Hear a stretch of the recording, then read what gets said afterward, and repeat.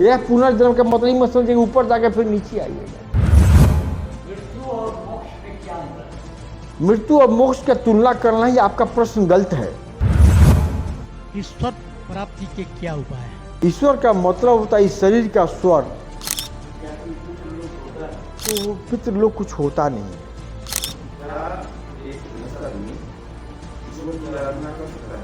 किसी को देखना जैसे आपको अपने प्रेमी को देखना पड़ता है, तो कितना छुप कर समय निकाल कर जाकर उसको देखते हैं, मिलते हैं।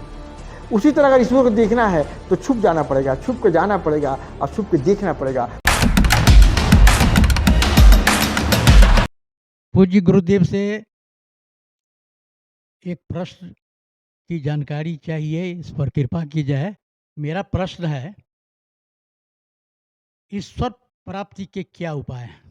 ईश्वर प्राप्ति, ईश्वर प्राप्ति का मूल चीज ये है कि अपने आप को जानना। ईश्वर का मतलब होता है इस शरीर का स्वर। जिस दिन आपको अपने स्वर पर कंट्रोल हो जाएगा, जिस दिन आप अपने स्वर को पकड़ लीजिएगा, उसी दिन आप ईश्वर को पकड़ लीजिएगा, ईश्वर को जान जाइएगा। ईश्वर आपको कैसे और क्यों, किस कारण के लिए बनाया है। और भी कुछ प्रश्न है तो आप जानकारी ले सकते हैं। जी, मृत्यु और मोक्ष में क्या अंतर है? मृत्यु सबका होना है, मृत्यु पूर्णतः सत्य है। मृत्यु और मोक्ष का तुलना करना ही आपका प्रश्न गलत है। आम लोग इसका जवाब देता संत, लेकिन मैं कह रहा हूं कि मृत्यु पक्ष की तुलना करने की कोई जरूरत ही नहीं है। मृत्यु और मोक्ष, मृत्यु सबका होना है, सत्य है। जो सृष्टि में है उसका होना है, वो कोई रहा हो, राम हो, कृष्ण हो, सबका हुआ है, जो भी जन्म लिया हुआ है। मोक्ष का मतलब है कि आपका पुनर्जन्म नहीं होना, आपका ये शरीर स्वयं न होना। यह पुनर्जन्म का मतलब ही मत समझिए ऊपर जाकर फिर नीचे आइएगा। अगर आप सृष्टि कर रहे हैं, अगर आप बच्चा पैदा कर दिए, तो आप अपने बच्चे के रूप में जन्म ले चुके हैं, इसलिए आपका मोक्ष नहीं हुआ। अगर मोक्ष पाना है तो आपको अपना सृष्टि रोकना पड़ेगा, तब आपका मोक्ष होगा। अब आप योनि पीड़ा से मुक्त हो गए। यह मृत्यु ही आपका अंत मृत्यु होगा, यह लास्ट मृत्यु होगा। अन्यथा उसके बाद भी आपका मृत्यु होता रहेगा लगातार। एक बार यह इस शरीर में मरे, एक बार अपने पुत्री के शरीर में मरेंगे, इसके बाद पोता पोती के शरीर में मरेंगे। जब तक ये अनवरत क्रिया चलती रहेगी तब तक आप जन्म लेते रहेंगे, मरते रहेंगे। और भी कुछ भक्त लोग का प्रश्न है गुरुजी, हम चाहेंगे थोड़ा उनका भी प्रश्न सुन लिया जाए। जो भक्त हैं, मेरा प्रश्न ये है कि मेरे मन में जो विचार आते हैं, चाहे वो अच्छे विचार हो या बुरे विचार हो, क्या वो विचार मेरे अपने होते हैं या वो मेरे अगल बगल के समाज से, किसी के संगत से या किसी ईश्वरीय शक्ति से प्रेरित होते हैं? सामाजिक लोकाचार प्रथा को देखा जाए या समाज के सुधारकों ने ऐसा नियम बनाया कि यह समाज का असर पड़ता है। इसलिए बनाया कि उनको था कि मैं इस तरह का चीज़ बनाऊंगा तो लोग सुधरेंगे, उनका उत्थान होगा। लेकिन जब मैं इस पर मनन चिंतन करता हूँ तो कोई भी विचार न समाज से मिलता है, न आप स्वयं कर पाते। वह ईश्वर आपसे जो कराना चाहता है वही आपसे कराता है। और इसमें समझना कि मैं इनके कारण ये कर रहा हूँ, इनके कारण ये कर रहा हूँ, ये आप एक मिथ्या है और कुछ नहीं है। कैसे? जैसे आपकी शादी आपकी पत्नी से हो गई, तो पत्नी तो आपकी शादी के पहले भी थी, उसके बारे में आपका विचार कभी आया? नहीं आया, कभी उसके विचार से प्रभावित भी नहीं हुए।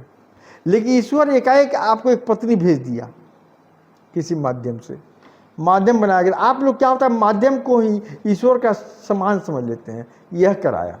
आप ये नहीं सोचते कि वो ईश्वर करा रहा है।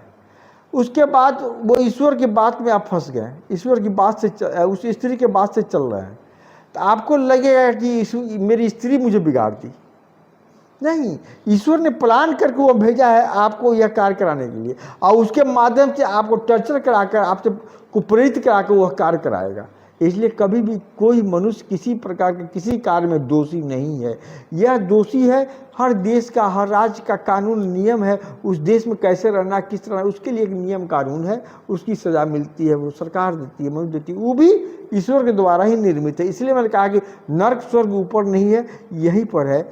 आप सोचते हैं कि नर्क ये है, स्वर्ग ये, आपका कैलकुलेशन है। ईश्वर नज़र में कोई नर्क स्वर्ग नहीं है, सबका अंत करने का एक एक तरीका है, अलग अलग तरीका है। तो क्या कोई पितृलोक होता है जिसमें हम अपने पितरों का जो तर्पण करते हैं, क्या ये पितृलोक होता है या ये तर्पण जो है वो कहाँ तक सही है? यह पितृलोक की जो, यह पितृ तर्पण की जो बात बताई गई है, इसके पीछे भी एक सामाजिक प्रथा है। ये भी एक तरह से अच्छा है, लेकिन जो आपका प्रश्न कि यह होता है कि नहीं होता है, तो पितृलोक कुछ होता नहीं है। मैंने जब एक ही शब्द में कह दिया कि कोई नर्क स्वर्ग नहीं है, कोई पूर्व जन्म नहीं है, तो आपका अस्तित्व एक मृत्यु के बाद ही खत्म हो जाता है। जब आप शरीर आपके जल जाता है, आपकी कहानी खत्म हो जाती है, पुनः उस शरीर में आप कभी नहीं आने वाले। लेकिन यह पितृ तर्पण इस माह में इसलिए बनाया गया था, इसका कंसेप्ट दूसरा था कि इस चीज़ के करने से क्या होगा कि पुत्र पात्र, मैंने पुत्र हुआ, पोता हुआ, बेटा हुआ, बेटी हुआ, जो भाषा कही जहाँ का जो भाषा है, कि यह चीज़ को जानकर अब उसके जीवन में भी अपने पिता के लिए कुछ करे, और नहीं भी किया है तो अफसोस में उसके नाम पर कुछ दान करके मैंने नहीं किया, अब तो चले गए, कुछ दान कर ले।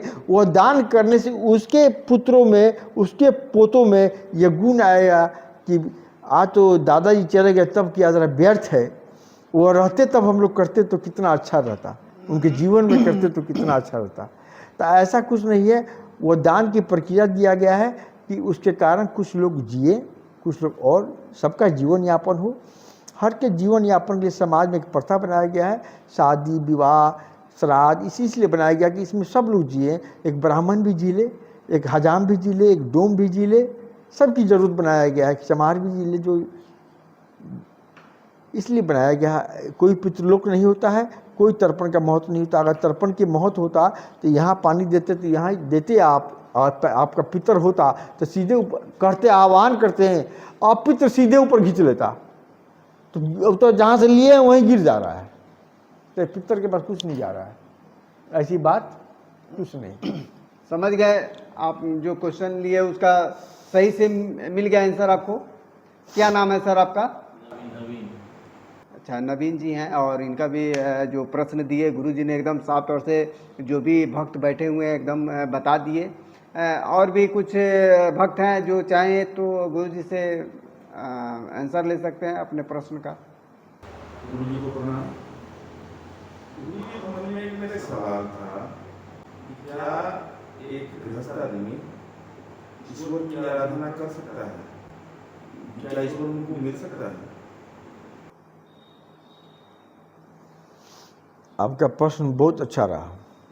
जी। ये जितने चीज़ की व्यवस्था ऋषि महर्षियों ने किया है कि एकांत के लिए जाता है आदमी, तो पहले एकांत के लिए ऋषि महर्षि चल जाते थे पहाड़ पर, जंगल में, अपने प्राप्ति के लिए, और उन्हें प्राप्ति होता था। तो उन लोगों ने सोचा कि गृहस्थ अगर जंगल में आ जाए, पहाड़ पर आ जाए, तो फिर समाज की जो गतिविधियाँ, जो समाज जो ईश्वर बनाया है सृष्टि को चलाने के लिए, उस चलाने के नियम का विरुद्ध काम कर देंगे हम। तो वह समाज को चलाते हुए भी ईश्वर को पाए कैसे, ईश्वर को जाने कैसे, इसके लिए उन लोगों ने कंसेप्ट बनाया। बड़े बड़े मंदिर दिवाले गए बनाने का, जहाँ पर आप जाएंगे तो शांति महसूस होगा, यहाँ के आपको यह अनुभव होगा कि हम किसी जंगल या पहाड़ पर बैठे हुए हैं। अभी जो छोटे मोटे मंदिर में तो कंसेप्ट नहीं है, ये तो देखा है कि हमको भी मंदिर बनाना है, हमको भी बनाना है। मंदिर का जो पहले कंसेप्ट था, देखिएगा उसमें डूम होता था बहुत बड़ा, अब भीतर गर्भ, उसमें जब घुसेंगे आप जब जाते होंगे केदारनाथ, देखते होंगे जाते शांति मिलेगा। तो वह बनाया गया कि पहाड़ और जंगल की शांति उस मंदिर में उससे थोड़ा कम मिल जाए, जिससे गृहस्थ भी जाके अपनी साधना आराधना करे। जब वो शांति में बैठेंगे तभी वो सोच पाएंगे। ऐसे गृहस्थ जीवन जो होता है अशांत का चीज़ है, सुबह से लेकर शाम तक अशांति ही अशांति है। अशांति में ईश्वर को आप देख नहीं सकते। किसी को देखना, जैसे आपको अपने प्रेमी को देखना पड़ता है तो कितना छुप कर समय निकाल कर जाकर उसको देखते हैं, मिलते हैं। उसी तरह अगर ईश्वर को देखना है तो छुप जाना पड़ेगा, छुप कर जाना पड़ेगा और छुप कर देखना पड़ेगा। उसके लिए या तो उत्तम दिवाले है या जंगल और पहाड़ है। तो गृहस्थ जंगल पहाड़ पर जाकर नहीं रह सकते।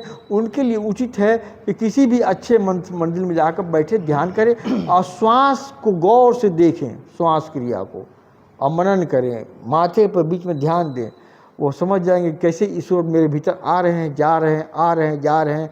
जब तक ये आ रहे हैं, जा रहे हैं, तब तक मेरे साथ ईश्वर है। जिस दिन ये रुक जाएंगे, ईश्वर मेरा साथ छोड़ देंगे। जो गुरु जी ने बताया आप समझ लिए उसको। क्या नाम हुआ सर आपका? चलिए। और